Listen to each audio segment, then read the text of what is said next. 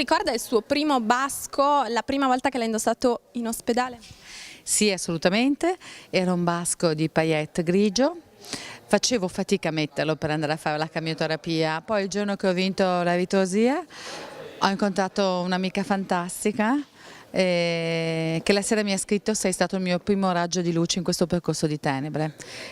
Le paillette illuminavano il mio viso, ma fosse anche quell'atmosfera un po' grigia.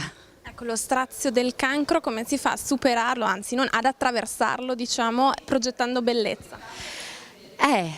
Progettare significa volerlo fermamente, volere questa bellezza e volere reagire, e bisogna trovare le risorse dentro di noi, tutti le abbiamo, è che forse non ci crediamo abbastanza, ma se ci impegniamo le tiriamo fuori e riusciamo ognuno a suo modo a trovare un po' di bellezza anche in un percorso così difficile e così duro. Ecco, lei è partita dai dettagli che circondano la malattia, se vogliamo, quindi anche l'aspetto estetico, ma c'è un altro aspetto centrale che è quello delle parole, le parole che usiamo durante la malattia.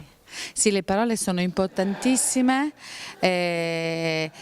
Ho parlato di come ci sia tutta un'atmosfera di grigiore attorno al malato di cancro che non aiuta a stare meglio, e in questa atmosfera ci sono anche le parole sbagliate, spesso le parole insensibili di medici, ma anche di chi ci sta accanto. È difficile parlare a un malato di cancro e si sbaglia spesso.